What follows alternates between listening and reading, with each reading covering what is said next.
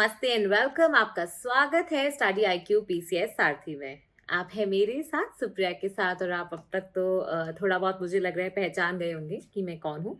फिर भी अगर आप जानना चाहें तो आप मुझसे कनेक्ट भी कर सकती हैं इंस्टाग्राम पे।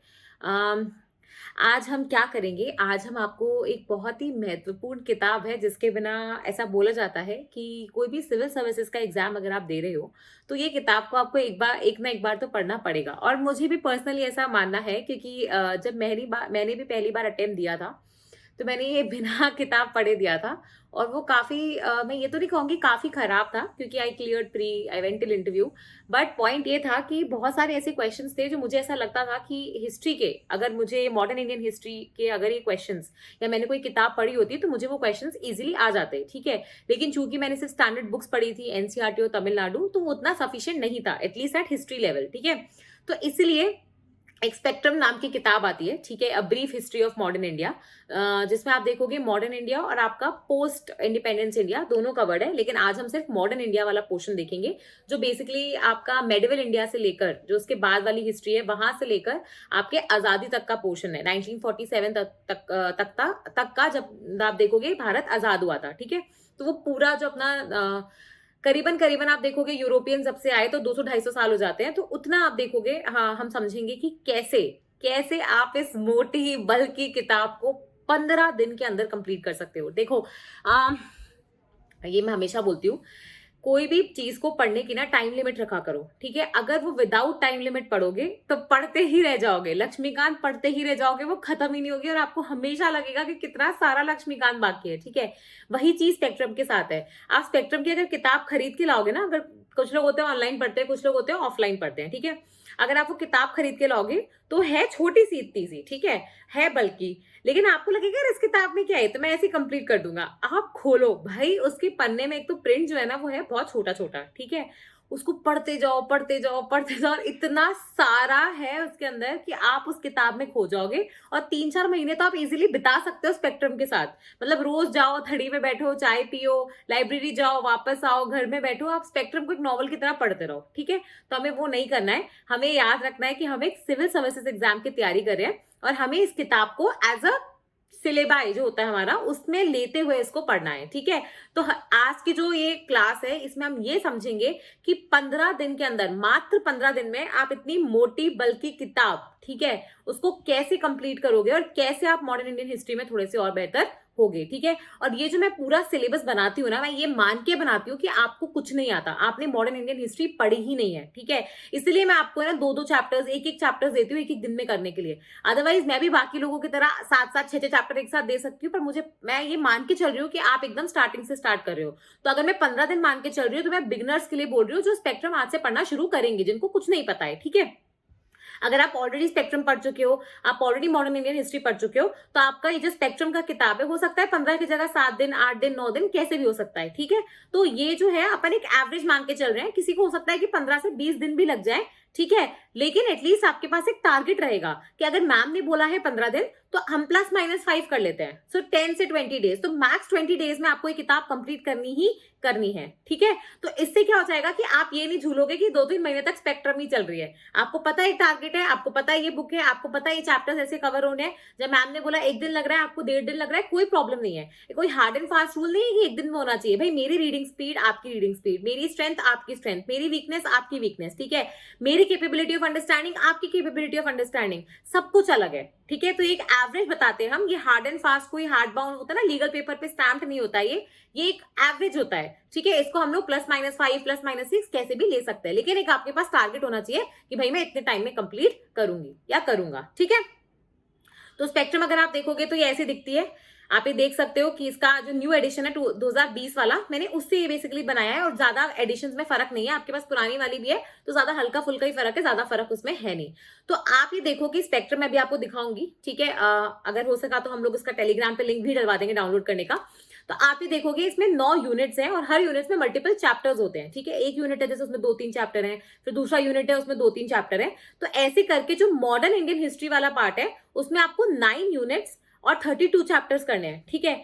मैंने 15 दिन लिखा है, लेकिन एक्चुअली में जो टाइम टेबल बनाया ना वो बना है 14.5 दिन का, आधे दिन का ब्रेक है, ठीक है। तो चिल करो, रिलैक्स करो, खुश रहो, मस्ती करो, जो करना है वो करो, लेकिन 15 दिन मैंने इसलिए लिख दिया क्योंकि हिस्ट्री क्या होता है, दिमाग पे बहुत हैवी पड़ती है। एटलीस्ट मेरे दिमाग पे बहुत हैवी पड़ती थी। मुझे ऐसा लगता था कि मैं हिस्ट्री पढ़ के ना एग्जॉस्ट हो जाती थी, ठीक है, क्योंकि इतना सब चीजें उसमें याद करने की होती थी। देखो, एक सब्जेक्ट होता है अंडरस्टैंडिंग वाला, जैसे इकोनॉमिक्स, ठीक है, और एक होती है हिस्ट्री जो कि होती है बहुत फैक्चुअल, ठीक है।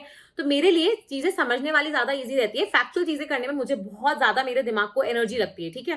तो आपका हो सकता है कि उल्टा भी हो, आपका हो सकता है कि सेम मेरे जैसा केस हो। तो लगभग लगभग 15 दिन में हम लोग मान के चल रहे हैं कि हमें ये कंप्लीट करना है, ठीक है। मैंने यहाँ पे चैप्टर वाइज डिस्ट्रीब्यूशन लिखा है, इसको आप यहाँ से बाद में देख लेना चाहिए तो, लेकिन मैं फिर भी सजेस्ट करूंगी कि आप बुक लेके बैठो, या तो ऑनलाइन या ऑफलाइन, और वहीं आप चैप्टर्स पे मार्किंग करते जाओ, ठीक है। इसको मैंने अलग से लिख दिया है, जैसे चैप्टर 1, 2, 3 है तो इसका मतलब है एक दिन, चैप्टर 4 एंड 5 एक दिन, 6 एंड 7 एक दिन। जहां एक दिन नहीं है वहां मैंने लिख दिया है कि भाई ये आधे दिन में होगा, ये 1.5 दिन में होगा, ठीक है। बाकी जहां नहीं लिखा है वो सारे एक एक दिन में अकेले चैप्टर्स होंगे, ठीक है। तो चैप्टर 1, 2, 3 में 3 दिन नहीं लगेंगे, एक दिन लगेगा, ठीक है। तो ये ऐसे करके मैंने यहाँ पे डिस्ट्रीब्यूशन आपको दिया है। अब हम क्या करेंगे, अब हम स्पेक्ट्रम किताब खोलेंगे, वहां से चैप्टर वाइज मैं आपको बताऊंगी कि क्यों मैंने ऐसा डिस्ट्रीब्यूशन भी दिया है, और आप वहां मार्क करते जाएंगे मेरे साथ साथ कि ये चैप्टर्स कितने दिन में होंगे, ठीक है। तो हम यहाँ पे स्पेक्ट्रम खोलेंगे। ये देखो, अगर आप स्पेक्ट्रम खोलोगे ना तो आपको स्पेक्ट्रम ऐसी नजर आएगी, ठीक है। ये ऑनलाइन उसका वर्जन है। तो यहाँ पे देखो, ये brief history of modern India, आप नीचे जाते जाओ, यहाँ पे देखोगे अगर आप तो दिखेगा कि 919 पन्ने हैं इसके अंदर, कम नहीं है, ये पन्ने बहुत ज्यादा हैं, ठीक है। अब ये आ जाओ कंटेंट पे। देखो, कंटेंट में आप देख रहे हो यूनिट्स है, और यूनिट्स के अंदर चैप्टर्स हैं, ठीक है। तो आप क्या करोगे, चैप्टर 1, 2 एंड 3, ठीक है, ये लिखो इसके आगे एक दिन, कि ये एक दिन में होना चाहिए। आप नंबर ऑफ पेजेस पे कभी मत जाया करो, आप चैप्टर के ऊपर जाया करो कि चैप्टर कितना हैवी है। अगर चैप्टर में ज्यादा कुछ है नहीं याद करने के लिए, ठीक है, तो ऑब्वियसली इजी हो जाता है कि हम 2-3 चैप्टर एक साथ ले सकें। अगर चैप्टर में बहुत कुछ है याद करने के लिए तो मैं खुद ही, आप देखोगे आगे जाके एक एक चैप्टर या 2-2 चैप्टर ही दूंगी आपको पढ़ने के लिए, ठीक है। तो ये देखो, पहला वाला जो चैप्टर है वो तो फालतू सा ही है। उसके अंदर बेसिकली ये है कि आपको अपनी मॉडर्न इंडिया की जो हिस्ट्री है, कैसे पता लगा कि भाई ब्रिटिशर्स इस टाइम पे आए, डच इस टाइम पे आए, पोर्टुगीज इस टाइम पे आए, उन्होंने क्या क्या किया, उनके हेडक्वार्टर्स कहाँ पे थे, उन्होंने कैसे हमारे साथ ट्रेड करी, तो वो उन सबके सोर्सेज के बारे में बात कर रहा है, ठीक है, कि उसके आर्काइव्स कहाँ मिलते हैं। तो इतना इसमें आप देखोगे, सिर्फ आपको अंडरलाइन करके रखना है कि भैया आपको इन सब चीजों से पता लगता है, आपको न्यूज़पेपर से पता लगता है। न्यूज़पेपर्स वाले सेक्शन में आप देखोगे कि उन्होंने न्यूज़पेपर्स का नाम दिया है और कौन उस न्यूज़पेपर को चलाता था। तो ये बहुत इंपॉर्टेंट है, क्योंकि कई बार ये स्टेट सिविल सर्विसेज एग्जामिनेशंस में डायरेक्टली पूछ लिया जाता है, ठीक है। फिर आप देखोगे कि आपकी कोई बुक्स होंगी, जैसे ये बुक किसने लिखी, जैसे आपने इंडिया ने डिस्कवरी हो जाएगा। फिर आपका मतलब अलग अलग जो किताबें थी बेसिकली, ठीक है, माई ट्राइज फॉर डेस्टिनी, तो ये सारी चीजों के बारे में भी है कि भाई बुक्स किसने लिखी हैं, ठीक है। फिर है आपका कि लिटरेचर, भाई कुछ और किताबें हो गई, कुछ लिटरेरी इवेंट्स हो गए, है ना, किसी ने कोई, आप देखोगे अपना पूरे अपने स्टैटिस्टिकल तरीके से किसी ने अपना रिकॉर्ड मेंटेन किया है, तो वो सारी चीजें हैं। तो इसमें ज्यादा आपको टाइम नहीं लगेगा, हार्डली बता रही हूँ मैं आपको, 2-2.5 घंटे, मैक्स टू मैक्स 3 घंटे में ये हो जाएगा, ठीक है। एक दिन में 24 घंटे होते हैं, पर मैं मान के चल रही हूँ 12-13 घंटे ही पढ़ते हैं, ठीक है। 12-13 घंटे के बाद आपका दिमाग एग्जॉस्ट हो जाता है, ठीक है। फिर आप देखोगे कि नेक्स्ट चैप्टर है आपकी अप्रोचेस ऑफ हिस्ट्री, कि भैया आप हिस्ट्री को किस एंगल से पढ़ते हो। मुझे एक बात बताओ कि आज अगर मैं मेरे लाइफ की जीवनी लिखूंगी तो मैं अलग से लिखूंगी, मैं कुछ अलग एंगल से लिखूंगी। अगर मेरे मॉम डैड मेरे बारे में लिखेंगे तो कुछ अलग एंगल से लिखेंगे, आप मेरे बारे में लिखोगे तो कुछ अलग एंगल से लिखोगे। तो वैसे ही आप देखोगे कि हिस्ट्री को भी पढ़ने के अलग अलग तरीके हो सकते हैं, क्योंकि आप जिसके नजरिए से हिस्ट्री पढ़ोगे ना, वो नजरिया ही आपको एक्चुअली बताएगा कि मतलब आप उस एक नजरिए पर अटक जाओगे, ठीक है। जैसे आपने देखा होगा कि आजकल एक नया ट्रेंड बना है, हमारे जितने भी एपिक्स हुआ करते थे, जैसे रामायण हो गया, महाभारत हो गया, तो पहले हम लोग रामायण सिर्फ राम जी के पर्सपेक्टिव से पढ़ते थे, लेकिन आज आप देखोगे मार्केट में रामायण के रावण का पर्सपेक्टिव भी है, इसमें सीता का पर्सपेक्टिव भी है, इसमें हनुमान जी का पर्सपेक्टिव भी है। तो ऐसे करके आप देखोगे अलग अलग पर्सपेक्टिव से हम सेम ही नॉवल या सेम एपिक पढ़ रहे हैं। वैसे ही आप देखोगे हिस्ट्री को भी सेम, वही 200-250 साल पढ़ने के भी अलग अलग तरीके हो सकते हैं। एक होता है कि भाई हम ब्रिटिश के पर्सपेक्टिव से पढ़ें, ठीक है, तो हमेशा बोलते थे व्हाइट मैन्स बर्डन, कि भैया उनके ऊपर ये बर्डन है कि वो बाकी लोगों को सिविलाइज करें, मतलब पता नहीं किस चीज का बर्डन है, पर जो भी है, ठीक है। हमारे पर्सपेक्टिव से, हमारे लीडर्स के पर्सपेक्टिव से, कॉमन लोगों के पर्सपेक्टिव से, इंडस्ट्रियलिस्ट के पर्सपेक्टिव से, समझ रहे हो। तो ऐसे अलग अलग अप्रोचेस होती हैं, ठीक है। तो यहाँ पे सिर्फ वो अप्रोचेस डिस्कस करिए, ये भी कुछ ज्यादा खास चैप्टर नहीं है, हार्डली आप देखोगे 4-5 पन्ने ही है छोटे छोटे, तो ये इजीली हो जाएगा 2 घंटे के अंदर अंदर। तो 5-6 घंटे आप मान के चलो आपके 2 चैप्टर्स हो गए। अब आपके पास पूरा एक 6-7 घंटे का विड्थ बचा है, जो अपन रखेंगे चैप्टर 3 के लिए, जो आता है आपके यूनिट 2 में। ठीक है, इस तरीके से मैंने डिवाइड करा है, यही तरीका है जैसे मैंने भी पढ़ा है। तो ये ट्राइड एंड टेस्टेड है, ये वर्क करता है, इसलिए मैं आपको बता रही हूँ, क्योंकि ये मेरा खुद का ट्राइड एंड टेस्टेड है। ठीक है, तो चैप्टर 3 में अगर आप देखोगे ये है सबसे बड़ा, क्योंकि इसके अंदर आप एक्चुअली में देखोगे शुरुआत अपने मॉडर्न इंडिया की, कि भैया कैसे होता है, यूरोपियंस हमारे यहाँ पे कैसे एंटर हुए, पहले पोर्टुगीज आए, फिर उन्होंने कैसे आप देखोगे कैलिकट, कोचिन, गोवा तक कैसे पहुंचे, उसके बाद उनके गवर्नर जनरल हो जाएगा अल्बर्ट क्यू और ये सारे हो जाएंगे। ठीक है, फिर फ्रांसिस डी अल्मेडा, तो ऐसे करके आप उनके बारे में पढ़ोगे। फिर पोर्टुगीज की कुछ पॉलिसीज के बारे में पढ़ोगे, पोर्टुगीज के साथ कुछ हुए वॉर्स के बारे में पढ़ोगे, चाहे वो इंडियंस के साथ हुए हो, चाहे वो एंग्लो पोर्टुगीज वाले वॉर्स हुए हो, तो ये सारी चीजें। फिर वैसे आप फ्रेंच के बारे में, डच के बारे में, डेन्स के बारे में, इंग्लिश के बारे में।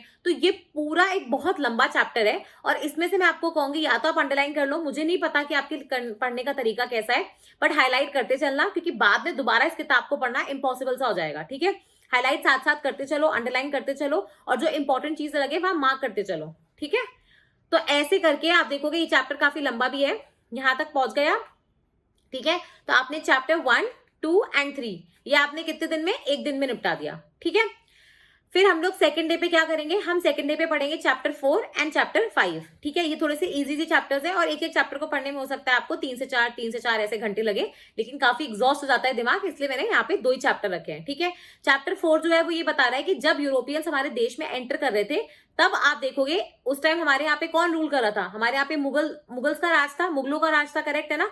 और उसके बाद आपको पता ही है कि औरंगजेब की डेथ जो थी वो 1707 के आसपास शायद हो गई थी। उसके बाद अपने लेटर मुगल्स आते हैं, तो उस समय क्या चल रहा था, मुगल एम्पायर पीक पे था या नहीं था। ठीक है, क्या क्या क्राइसिस चल रही थी मुगल एम्पायर पे, मुगल एम्पायर क्यों टूट रहा था, उसके बाद वहां से कौन से छोटे छोटे किंगडम्स निकल रहे थे। ठीक है, उस समय की सोशो इकोनॉमिक कंडीशंस कैसी थी, तो वो सब है। काफी इंटरेस्टिंग है, और बहुत ज्यादा टाइम नहीं लगेगा इसको पढ़ने में, हार्डली 3 घंटे में हो जाएगा ये। ठीक है, 2-2.5-3 घंटे में मैक्स टू मैक्स।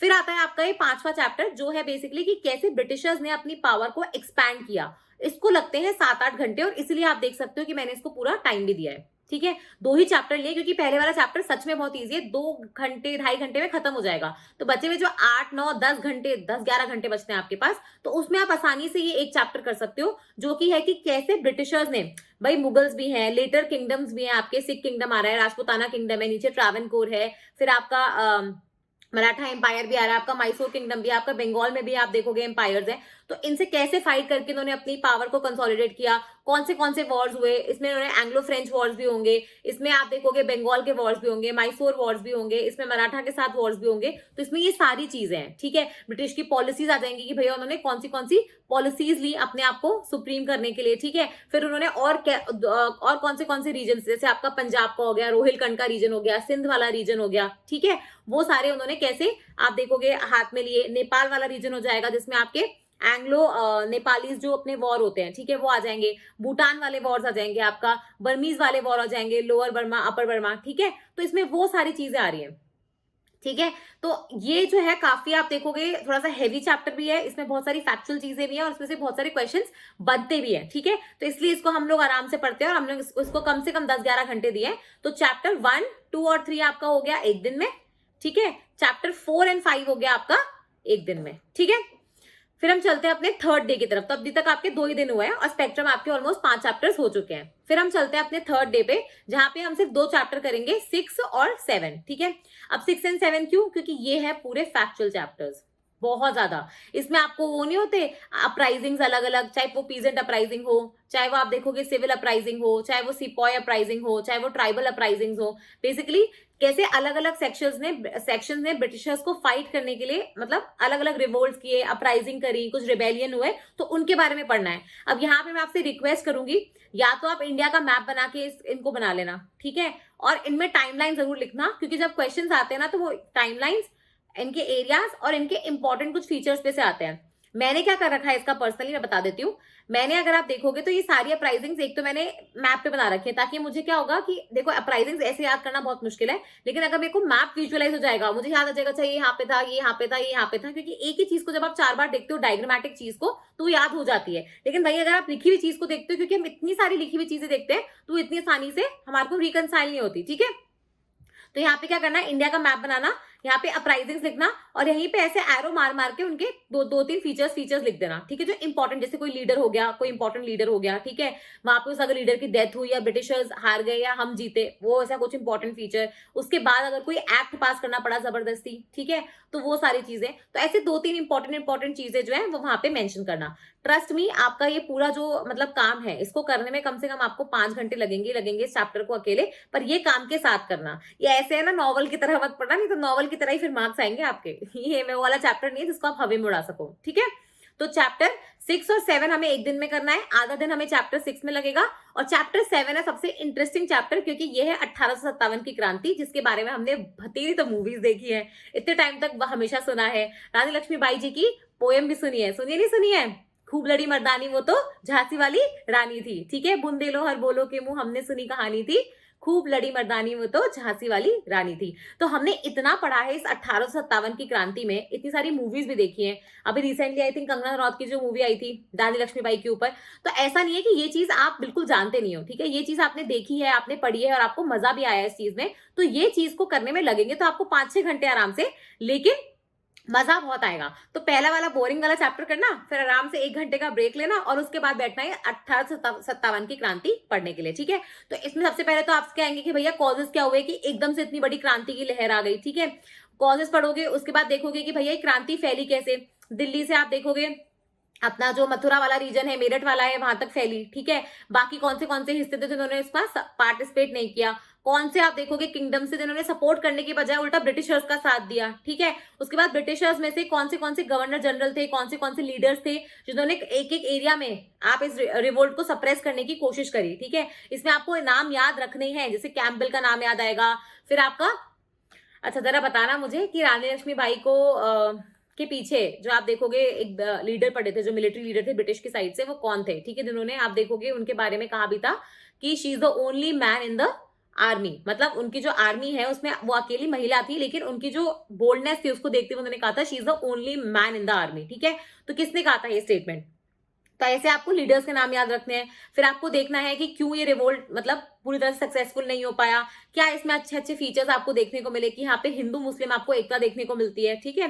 फिर रिवोल्ट का नेचर कैसा था, इसकी वजह से क्या क्या चेंजेस करने पड़े आगे जाके, ठीक है। आपको पता है इसके बाद से हमारे यहाँ पे कंपनी का रूल खत्म हो जाता है, क्राउन रूल आ जाता है, ठीक है। इसके बाद से आप देखोगे ब्रिटिश का जो एडमिनिस्ट्रेशन था उसमें मेजर चेंजेस आते हैं। इसके बाद आप देखोगे मिलिट्री का जो उनका ऑर्गेनाइजेशन था उसमें वो लोग चेंजेस करते ताकि दोबारा ऐसी कोई म्यूटिनी या ऐसा रिवोल्ट ना हो सके, ठीक है। तो ये आपको वापस से इसमें मैं बोल रही हूँ, 5-6 घंटे इजीली लग जाएंगे, लेकिन ये मजेदार चैप्टर है, बहुत मजा आता है मुझे हमेशा ये 1857 की क्रांति पढ़ने में ना बहुत मजा आता है, ठीक है। तो ये आपने देखा 3 दिन हो चुके हैं हमारे और हमारे 7 चैप्टर्स कंप्लीट हो चुके हैं, ठीक है। फिर है ना एक ये वाला है, देखो एक्चुअली ना ये कोई पढ़ के नहीं जाता है, ये बॉक्सेस जो होते हैं ना ये पढ़ने होते हैं, ये ऐसे नहीं है कि हमें टाइम पास के लिए वो स्पेक्ट्रम को लगा कि भाई साहब जगह बच रही है तो चलो कुछ घुसा दे, नहीं, ये एक्स्ट्रा इन्फॉर्मेशन पढ़नी है। इसी पे से आप देखोगे इस साल आरएएस में भी क्वेश्चन पूछा गया था, व्हाइट म्यूटिनी क्या थी, ठीक है, इवन यूपीएससी में भी क्वेश्चन पूछा गया था व्हाइट म्यूटिनी के ऊपर, पर ये वही चीज है ना, ये आपके एनसीईआरटीज में भी नहीं है और ये चीज आपकी तमिलनाडु बुक में भी नहीं है, ये सिर्फ आपको स्पेक्ट्रम में देखने को मिलती है। इसीलिए मैं बोलती हूँ कि अपनी हिस्ट्री की जो पढ़ाई है ना विदाउट स्पेक्ट्रम अधूरी है, ठीक है। आप पढ़ सकते हो नीचे के बेसिक्स, लेकिन वही फिर कुछ क्वेश्चंस आपके मिस हो जाते हैं। ये व्हाइट म्यूटिनी क्या थी, किसने करी थी, ठीक है, ये सब आपको पता होना चाहिए। और 1857 की क्रांति के बाद हुई है, इसका मतलब क्या है कि भाई कंपनी के जो मिलिट्री के लोग थे, ठीक है, अब कंपनी तो हट चली गई, कंपनी का रूल है नहीं, क्राउन का रूल है, तो क्राउन अपनी खुद के आप देखोगे मिलिट्री लीडर्स लेके आएगा। तो ये जो पुराने वाले लोग थे ना उन्होंने बेसिकली रिवोल्ट किया था कि भैया इनको नौकरी से निकाल दिया, इनको वापस जाने को बोला गया था, ठीक है। यही होती है व्हाइट म्यूटिनी, इसको डिटेल में तो आप पढ़ना अपने आप, लेकिन मैंने आपको ओवरऑल एक आइडिया दे दिया, ठीक है। फिर हम लोग चलते हैं अभी 4th डे के ऊपर। तो 3 दिन हो चुके हैं और 7 चैप्टर्स कंप्लीट हो चुके हैं। अब हम आएंगे 4th डे पे, जहां पे हम करेंगे 2 ही चैप्टर, चैप्टर 8 और चैप्टर 9। ऐसा क्यों, क्योंकि ये जो चैप्टर है ना, ये वाला चैप्टर 9, इसको करने में लगेंगे आपको कम से कम 8 से 9 घंटे, ठीक है। जो ऊपर वाला चैप्टर है वो इजी है, ये दोनों एक ही जैसे चैप्टर्स हैं, रिलेटेड हैं। बेसिकली ये बता रहे हैं कि इंडिया में जो अलग अलग सोशो रिलीजियस रिफॉर्म मूवमेंट चल रहे थे, ठीक है, रिफॉर्म के जो अपने मूवमेंट चल रहे थे, तो उसके बारे में है ये। पहला वाला चैप्टर जो है 8th वाला, वो तो ये बता रहा है कि इसके जनरल फीचर्स क्या क्या थे, भाई क्या फैक्टर्स थे कि रिफॉर्म मूवमेंट्स आने लगे, कितने प्रकार के मूवमेंट्स थे, क्या इनका बेस हुआ करता था, क्या इनका डायरेक्शन था, वो सब जनरल बातें होती है जो बेसिकली आपकी मेंस आंसर राइटिंग के लिए आपको जरूरत होती है, ठीक है। तो ये वाला चैप्टर तो हार्डली आप देखोगे 2-3 घंटे में खत्म हो जाएगा। पर वो जो 8-9 घंटे की मगजमारी है ना, वो इस चैप्टर में है, वो है चैप्टर 9। इसमें आपको आपके जो विभिन्न-विभिन्न अलग-अलग रिफॉर्म मूवमेंट्स अलग-अलग लीडर के अंदर, जैसे स्वामी विवेकानंद हो जाएँगे, राजा राममोहन रॉय हो जाएँगे, आपका प्रार्थना समाज हो जाएगा, बाल शास्त्री जांबेकर हो जाएँगे, ईश्वर चंद्र विद्यासागर हो जाएँगे, पेरियार हो जाएँगे, ठीक है? गोपाल गणेश अगरकर हो जाएँगे, जितने भी आपके दयानंद सरस्वती हो जाएँगे, ठीक है?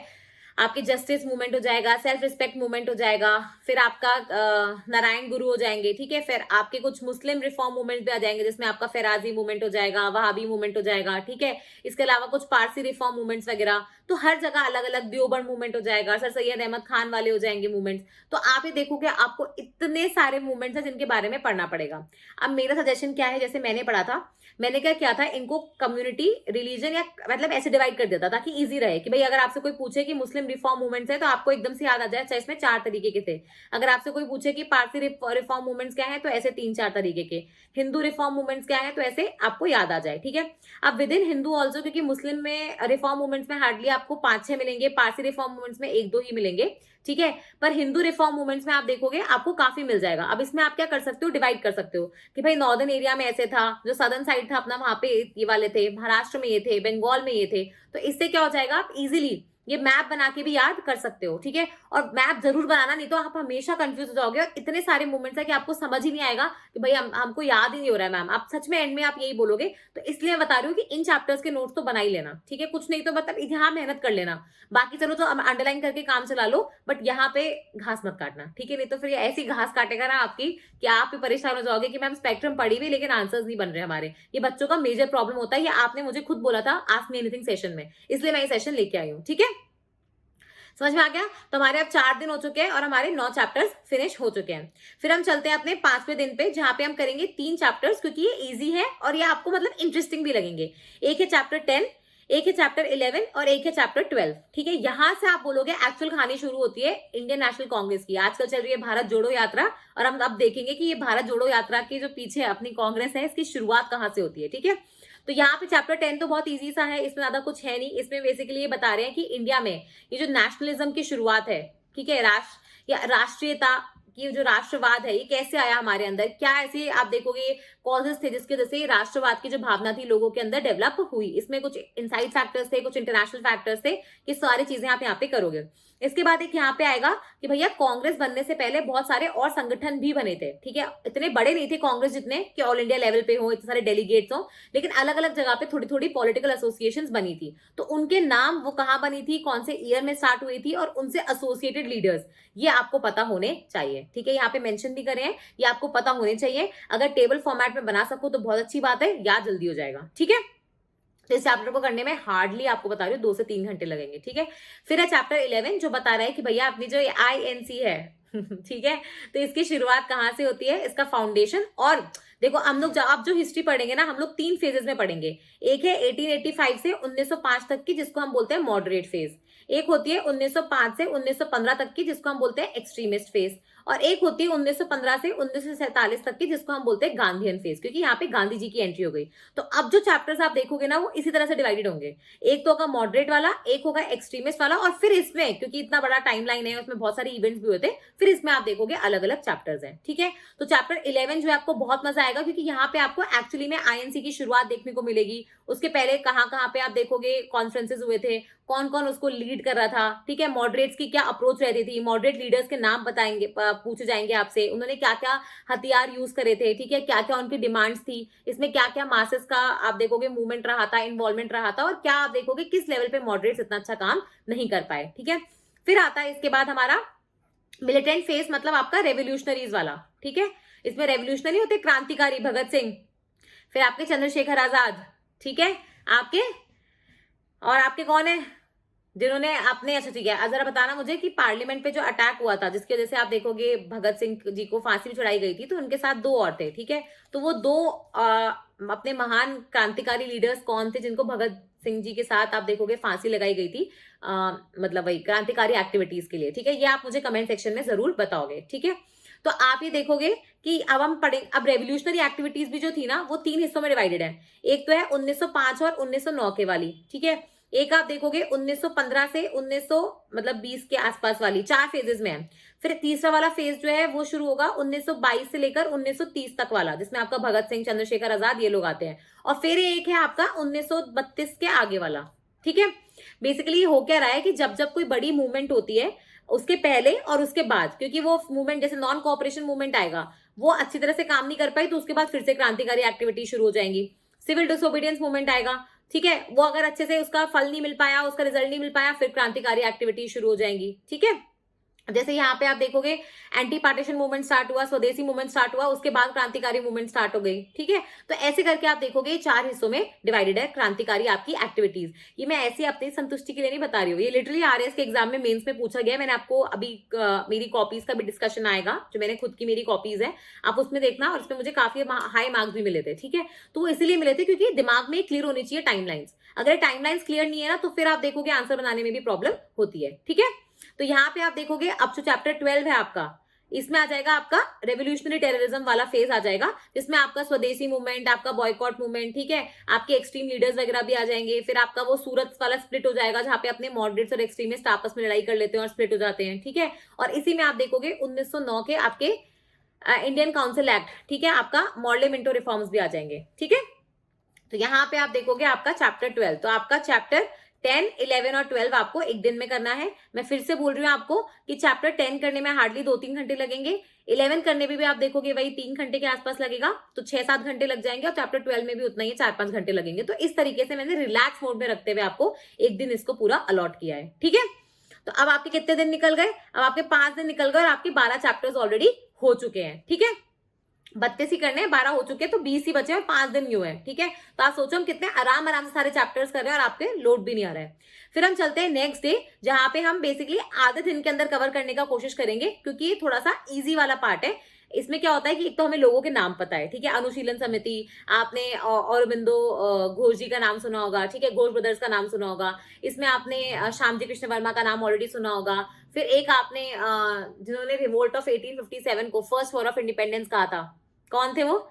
सावरकर। तो सावरकर ब्रदर्स का नाम सुना होगा, है ना। तो यहाँ पे आप देखोगे वो वाले रेवोल्यूशनरी एक्टिविटीज का डिस्कशन होगा। तो ये पहला फेज जो था हमारे क्रांतिकारी गतिविधियों का, ये यहाँ पे वो वाला आ जाएगा। ऊपर आई थिंक एक्सट्रीमिस्ट वाला था, मिलिटेंट नेशनलिज्म, मतलब आपका एक्सट्रीम वाला जो एक्सट्रीमिस्ट वाले जो लीडर्स थे वो आ जाएंगे, और रेवोल्यूशनरी एक्टिविटीज में आपके रेवोल्यूशनरी क्रांतिकारीज आ जाएंगे। अब इनका क्या करना, आप रेवोल्यूशनरी एक्टिविटीज का एक तो मैंने आपको टाइमलाइन बता दी, और उस टाइमलाइन में भी आप क्या करना, क्योंकि अलग अलग हिस्सों में अलग अलग लीडर्स थे जो अलग अलग क्रांतिकारी एक्टिविटियां चला रहे थे, ठीक है, और उनके अलग अलग संगठन भी थे। तो आप क्या करोगे, इंडिया के मैप पे जैसे बंगाल साइड पे कौन थे, आपके दिल्ली साइड पे कौन थे, जिसमें आप अजीत सिंह आ जाएंगे, भगत सिंह वगैरह आ जाएंगे, चंद्रशेखर आजाद इस साइड पे थे, आपके सूर्य सेन बंगाल साइड पे थे, ठीक है, ढाका आपके पुलिंदास ढाका साइड में आ जाएंगे, फिर आपके महाराष्ट्र में और कोई आ जाएगा, आपके साउथ में और कोई आएंगे। तो ऐसे करके आप देखोगे रीजन वाइज आप एक ज्योग्राफिकल मैप बनाना। आपको लग रहा होगा मैम आप हिस्ट्री में भी इतने मैप बनवा रहे हो, ट्रस्ट मी, एक बार की एक्सरसाइज है, उसके बाद जितना फायदा आपको होगा ना, उसके बाद मुझे ही आके बोलोगे कि मैम थैंक यू, क्योंकि ये ट्राइड एंड टेस्टेड टेक्निक है, और इससे मेरी हिस्ट्री में जो नंबर तेजी से बढ़े हैं ना,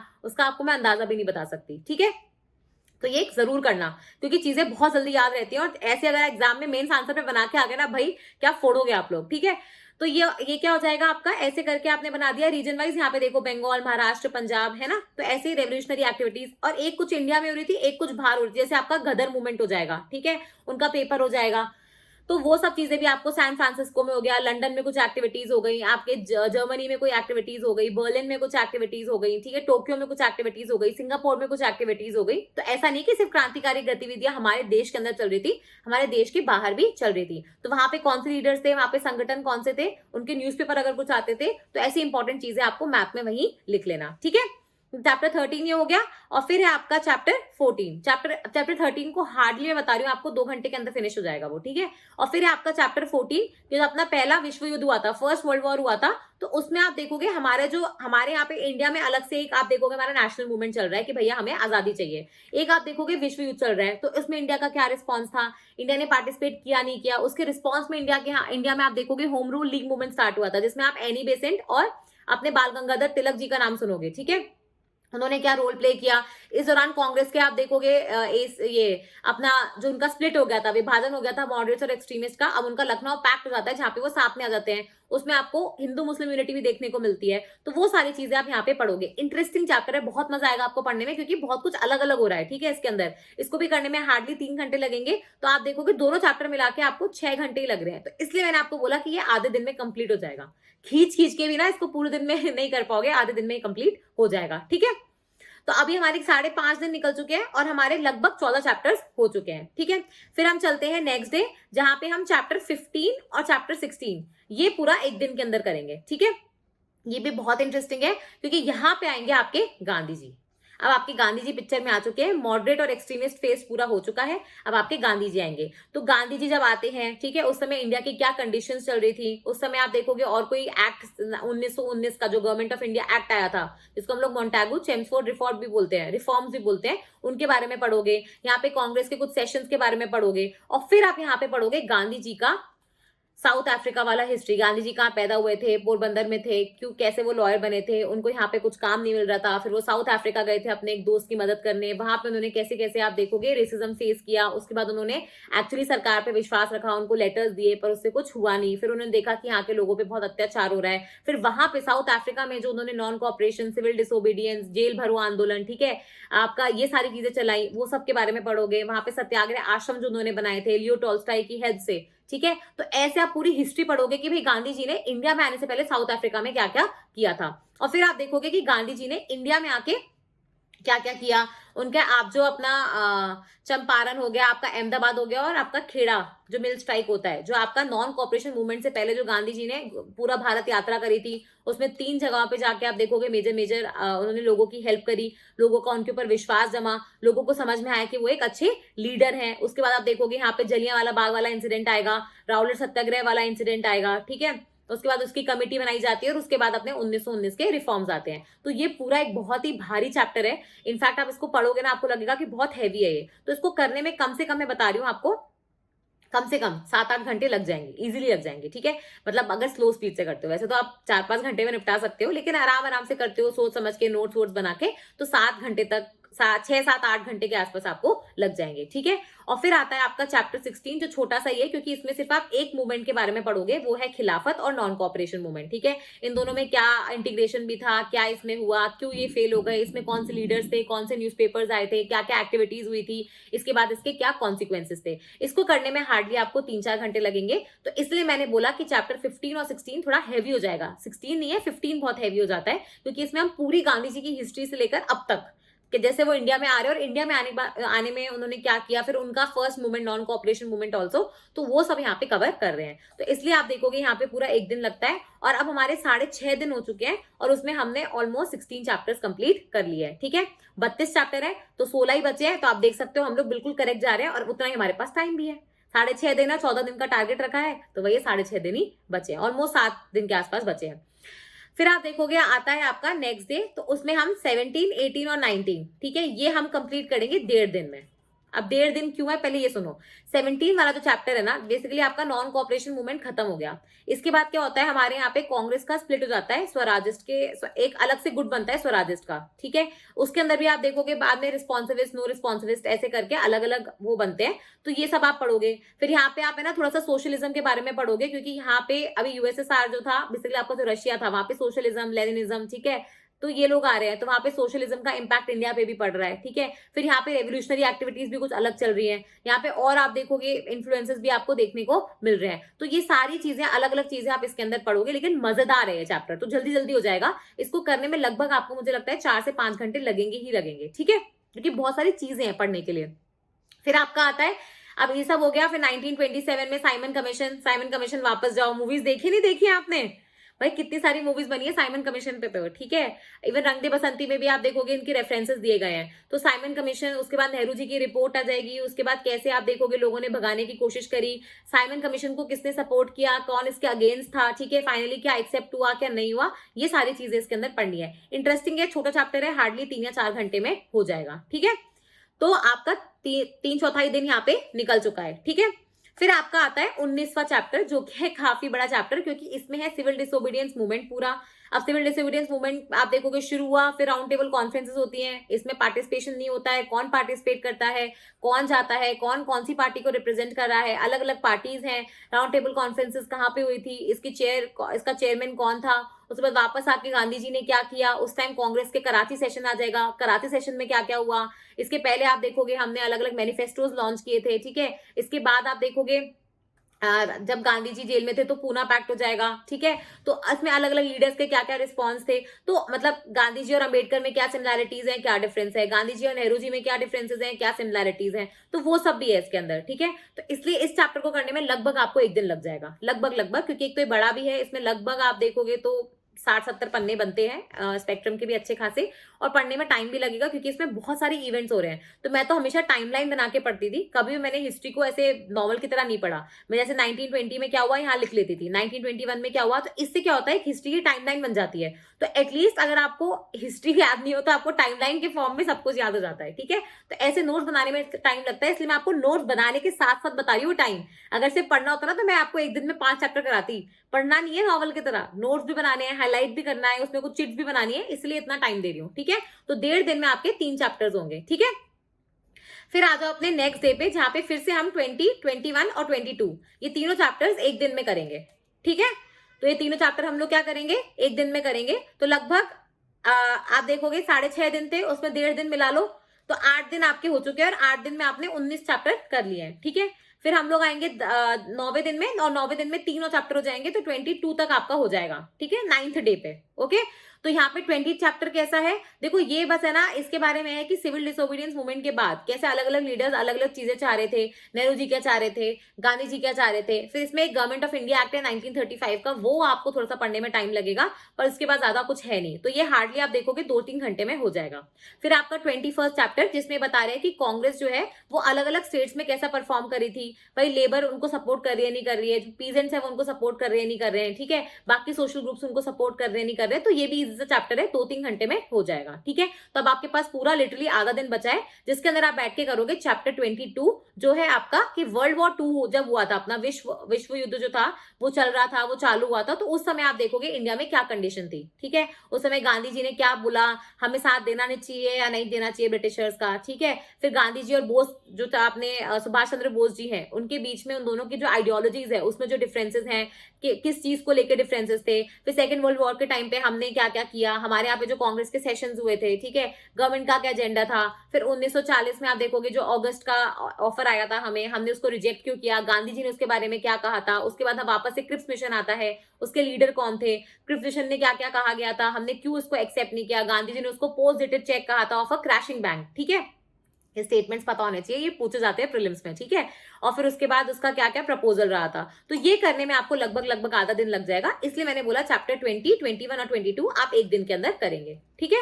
तो अब आपके 9 दिन कंप्लीट हो चुके हैं, देख लो अभी तक 9 डेज हो चुके हैं, और आपके 22 चैप्टर्स हो चुके हैं। 32 ही चैप्टर है, तो 10 दिन बचे हैं आपके, सॉरी 10 चैप्टर्स बचे हैं, और आपके पास अभी तो 6-7 दिन बाकी है। तो आप आसानी से, मैं बता रही हूँ आपको, जिस तरीके से मैंने ये डिवीजन किया है ना, ये ट्राइड एंड टेस्टेड भी है, और आप आसानी से सब चीजें कर पाएंगे। फिर आ जाओ नेक्स्ट डे पे, जहां पे आप फिर से 3 चैप्टर करोगे, पर वो 1.5 दिन में होगा, चैप्टर 23, 24 और 25, ठीक है। इसमें आपको कंटिन्यूटी बना के रख लिए, इसलिए मैंने इसको ब्रेक नहीं किया। तो 23, 24 और 25 आप 1.5 दिन में करोगे। अब यहाँ से आता है मेजर पार्ट, जहाँ पे बहुत सारे इवेंट्स एक साथ होंगे, जैसे क्विट इंडिया मूवमेंट हो जाएगा, ठीक है, भारत छोड़ो आंदोलन चलेगा। फिर यहाँ पे क्या क्या हुआ उसके अंदर, उसके क्या कॉजेस थे, कौन से ग्रुप्स ने इसमें पार्टिसिपेट किया, उसका क्या कॉन्सिक्वेंसेस था, फेल हुआ या नहीं हुआ। उसमें और अलग से आप देखोगे छोटी छोटी जो क्रांतियां होने लग गई थी, फिर इसको सुलझाने के लिए आप देखोगे सी राजगोपालचारी ने कोई फॉर्मूला दिया। फिर देसाई लियाकत पैक्ट भी होने लगा। 1945 में वेवल प्लान भी एक लेके आते हैं। उसके बाद हमारे यहाँ पे क्या आप देखोगे रिस्पॉन्स रहा, साइमल्टेनियसली सुभाष चंद्र बोस के आप देखोगे उन्होंने फॉरवर्ड ब्लॉक, और उसके बाद इंडियन नेशनल आर्मी हो जाएगा अपनी INA, ठीक है। तो ये सारी चीजें आ जाएंगी। तो इसको करने में लगभग मैं आपको बता रही हूँ कि आपको 6 घंटे लग जाएंगे, ठीक है, इजीली इजीली आपको 6 घंटे लग जाएंगे, 5 से 6 घंटे आप प्रॉपर टाइमलाइन बना के करोगे। फिर आता है चैप्टर 24, ये बहुत बड़ा चैप्टर भी है और उसको करने में भी टाइम लगेगा। ये है आपका कि अब आपका वेवल प्लान आ गया, वो सक्सेसफुल नहीं रहा, तो उसके बाद सरकार क्या कोशिश कर रही है कि भाई कैसे इस गुत्थी को सुलझाया जाए। तो यहाँ पे कैबिनेट मिशन प्लान आ जाएगा आपका, अपने फिर यहाँ पे वो मुस्लिम लीग वाला फैक्टर भी आ जाएगा। मुस्लिम लीग फिर से स्ट्रांग हो चुकी है, ठीक है, तो यहाँ पे आप देखोगे आपके जो जिन्ना जी हैं उनका पूरा मतलब रोल आ जाएगा, ठीक है। उसके बाद आप देखोगे कि हमारे यहाँ पे एक इंटरिम गवर्नमेंट बनाई जाती है, उसमें कौन से लोग थे, क्या क्या पोर्टफोलियो लिया था, उसने क्या क्या काम किया, इलेक्शंस कैसे हुए, वो सारी चीजें, ठीक है। टू नेशन थ्योरी की यहाँ पे भी बर्थ हो जाती है, तो उसके बाद उसके लिए क्या क्या हो रहा था, तो ये सारी चीजें, तो इसको भी करने में लगभग लगभग आपको 5 से 6 घंटे लग जाएंगे, ठीक है। तो एक दिन तो आपका इसमें ही निकल गया, और फिर आपका जो चैप्टर 25 है उसको करने में भी आधा दिन जाएगा, क्योंकि यहाँ पे आएगा आपका कि भैया अब आपका कोई सोल्यूशन नहीं है, आजादी तो मिलेगी लेकिन पार्टीशन के साथ, क्योंकि मुस्लिम लीग की जो डिमांड थी वो काफी स्ट्रांग हो चुकी थी, अब यूनिटी रखना मुश्किल हो पा रहा था। तो इसलिए अब आप देखोगे यहाँ पे क्लीमेंट एटली जो आप देखोगे प्राइम मिनिस्टर बनते हैं, नए लेबर पार्टी से बनते हैं, वो ब्रिटिश के प्राइम मिनिस्टर, उन्होंने भी बोला कि हाँ भाई अब हम छोड़ के जाएंगे इंडिया को, और फिर उन्होंने बोला कि जैसे हो वैसे कर लो। फिर यहाँ पे आप देखोगे कि अपने माउंटबेटन जी को, जो लॉर्ड माउंटबेटन थे, उनको इंडिया का वाइसरॉय बनाया गया। फिर उन्होंने आप देखोगे डिसीजन लिया, उन्होंने बताया कि हम इस दिन छोड़ के चले जाएंगे, पार्टीशन इनएविटेबल है, वो तो होना ही होना है, और उसके बाद हमारा पार्टीशन हो गया, ठीक है, समझ में आ गया। तो ये आपके 25 चैप्टर तक आपकी पूरी आजादी तक की हिस्ट्री हो गई। अब 1947 तक सब हो गया आपका, ठीक है। तो यहाँ पे 1.5 दिन भी हो गए, तो आपके 10.5 दिन में आपने 25 चैप्टर कर लिए हैं, ठीक है। अब इसके बाद जो चैप्टर्स है ना, वो है आपके कि भैया ब्रिटिशर्स के टाइम पे क्या क्या पॉलिसीज थी, क्या क्या इकोनॉमिक रिफॉर्म्स हुए, क्या क्या एजुकेशन के क्षेत्र में रिफॉर्म्स हुए, क्या क्या मीडिया के क्षेत्र में रिफॉर्म्स हुए, ठीक है, क्या क्या आप देखोगे कॉन्स्टिट्यूशनल डेवलपमेंट हुआ, क्योंकि हमारे पूरे कोड्स यहीं पे बन के आते हैं, जुडिशरी में क्या क्या रिफॉर्म्स हुए, तो वो सारी चीजें ये भी बहुत इंपॉर्टेंट है, प्रीलिम्स और मेंस के पर्सपेक्टिव से तो नहीं छोड़ सकते। तो इसके बाद आप देखोगे चैप्टर 26, मैंने इसको अकेले को एक दिन दिया है, क्योंकि इसमें आपको जितनी भी एक्ट्स आई थी, regulating act, Indian council act, government of India act, ठीक है, इंडिया इंडिपेंडेंस एक्ट 1947 का, ये सारी चीजें आपको पढ़नी है। इसके अलावा यहाँ पे कि सिविल सर्विसेज जिसमें आप जाना चाहते हो उसकी शुरुआत कैसे होती है, अलग अलग गवर्नर जनरल और वॉइस रॉय ने इसमें क्या क्या किया, नए नए जो इसमें आप देखोगे कानून लाए गए, वो सारी चीजें यहाँ पे आ जाएंगी, कौन से कमीशन बनाए गए, ठीक है।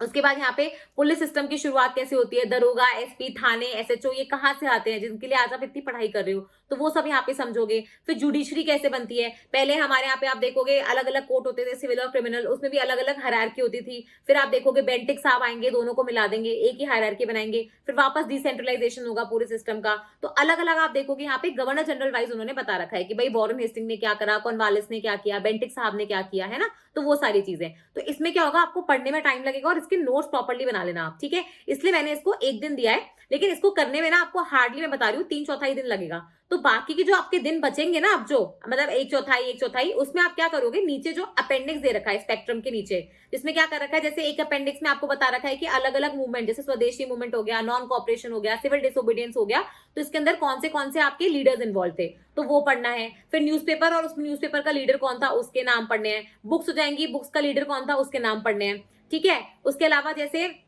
आपके कौन से किसके वाइसरॉय के कार्यकाल में क्या क्या हुआ वो पढ़ना है। तो हम क्या करेंगे, एक चौथाई दिन तो बच रहा है, जो आधा दिन हमारे पास बच रहा है, उसके अंदर हमें अपेंडिक्स जो है ना नीचे का, वहां से एक टॉपिक उठाएंगे और रोज एक कंप्लीट करने की कोशिश करेंगे। तो लगभग 5 दिन में आपके वही 6-7 टॉपिक्स ही हैं, और उसमें आपका पूरा अपेंडिक्स भी क्लियर हो जाएगा। तो आपका प्रीलिम्स और मेंस दोनों के पर्सपेक्टिव से पूरी स्पेक्ट्रम अच्छी तरीके से कवर हो जाएगी, ठीक है।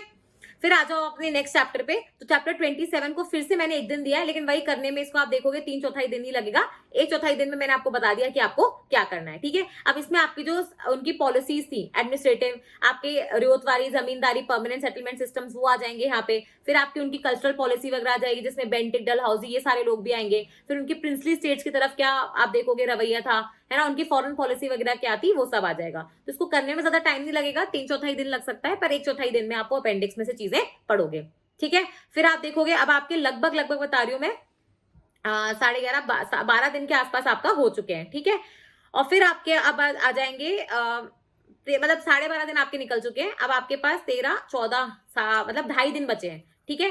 तो 2.5 दिन में आप क्या करोगे, चैप्टर 28, 29 और 30 ये तो करोगे आप एक दिन में। क्यों? क्योंकि इसमें आपको ये बताना है कि भाई ब्रिटिश राज का हमारे भारत की इकोनॉमी पे, अर्थव्यवस्था पे क्या इम्पैक्ट पड़ा। इसमें आप वो सब चीजें पढ़ोगे कि भाई कच्चा माल, हमारा जो कच्चा माल था वो आप इंपोर्ट कर रहे थे, फिनिश गुड्स आप बाहर भेज रहे थे, ठीक है, हमारी इंडस्ट्रीज पूरी डिस्ट्रॉय हो चुकी थी। तो वो चीजें जो आप कॉमनली पढ़ते भी हो, तो ये जल्दी हो जाएगा, 3 घंटे में मैक्स टू मैक्स हो जाएगा, ठीक है, या 4 घंटे मान लो।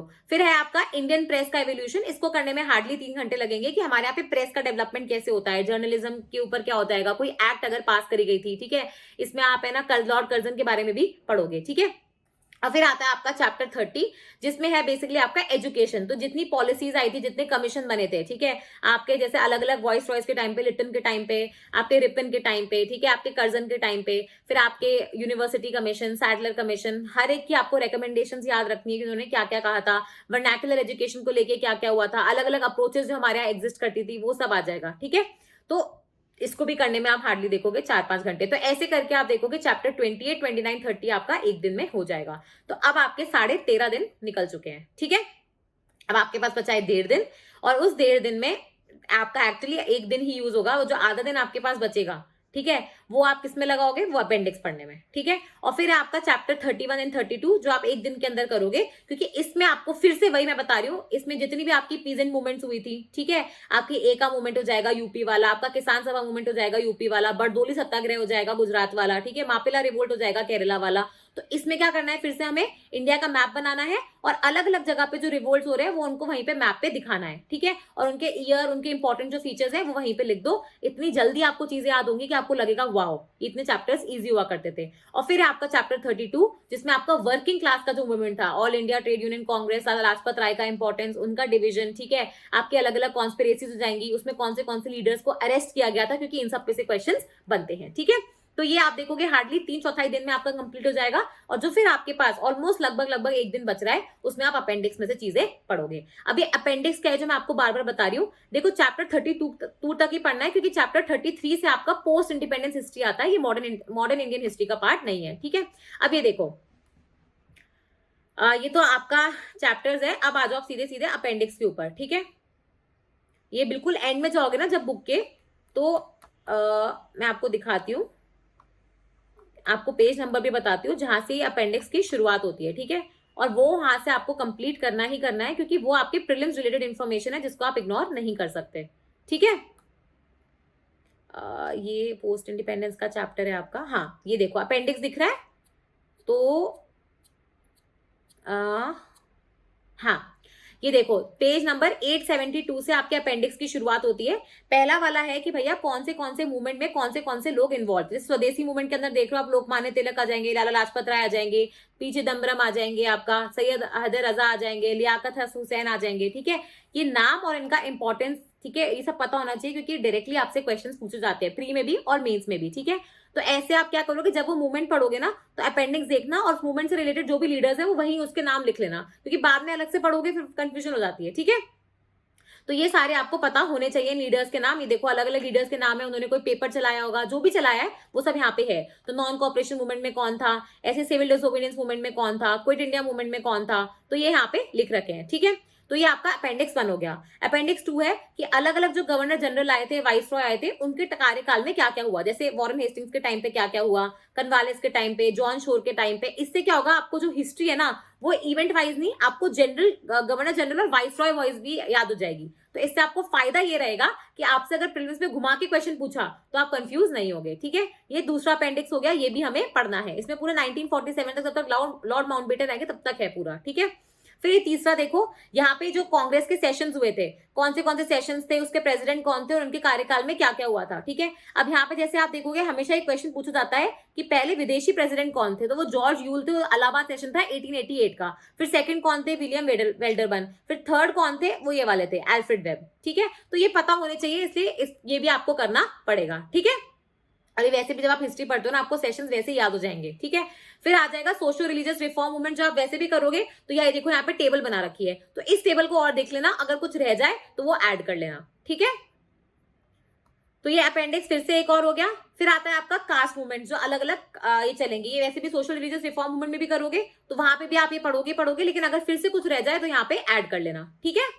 ये आपका रिवीजन भी हो रहा है, इसको ऐसा मत समझो कि पढ़ ही रहे हो, इसको रिवीजन की तरह भी लो, क्योंकि आपने जो नहीं पढ़ा वहां से एक्स्ट्रा पॉइंट्स मिल जाएंगे आपको और साथ में आपका रिवीजन भी हो जाएगा।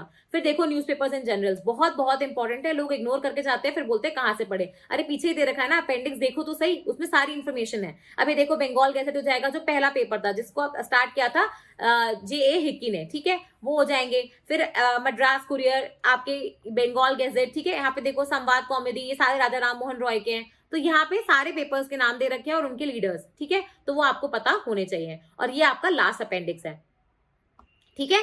तो आप ये देख रहे हो कि टोटल 8 अपेंडिक्स है, तो इनको आप तो 2-3 तो आपको जब आप पढ़ोगे ना, जैसे सोशल रिलीजियस रिफॉर्म मूवमेंट वाला, तभी कर लेना, कास्ट मंड भी वहीं पे हो जाएगा, ठीक है। तो 2-3 वहां हो गए और 3-4 के लिए मैंने आपको टाइम दिया ये लास्ट में। तो ऐसे करके आपके पूरे अपेंडिक्स भी खत्म हो जाएंगे। ये स्पेक्ट्रम बहुत बड़ी किताब है, 900 पन्नों की किताब को करने के लिए अगर आप एक 50 मिनट का वीडियो देख लेते हो और उससे आप समझ जाते हो कि इस किताब में से क्या क्या पढ़ना है, कैसे पढ़ना है, उसको कैसे ऑर्गेनाइज करना है और कैसे अपनी हिस्ट्री को आप देखोगे याद करने के तरीके को बदलना है, ट्रस्ट मी, आई थिंक मेरा काम हो जाएगा। और जो आपसे क्वेश्चंस पूछे उसका आंसर जरूर बताना कमेंट सेक्शन में नीचे। और अगर कोई और बुक का भी आपको चाहिए तो आप हमें जरूर बताइएगा, हम कोशिश करेंगे कि जो भी आप कमेंट सेक्शन में लिख के दे रहे हैं हम उसके वीडियो जरूर लेके आए, ठीक है। अगर आपको इन वीडियो से फायदा हो रहा है तो जरूर बताइएगा, बिकॉज हमें भी फीडबैक, पॉजिटिव फीडबैक जब मिलता है तो हमें बहुत अच्छा लगता है, ठीक है।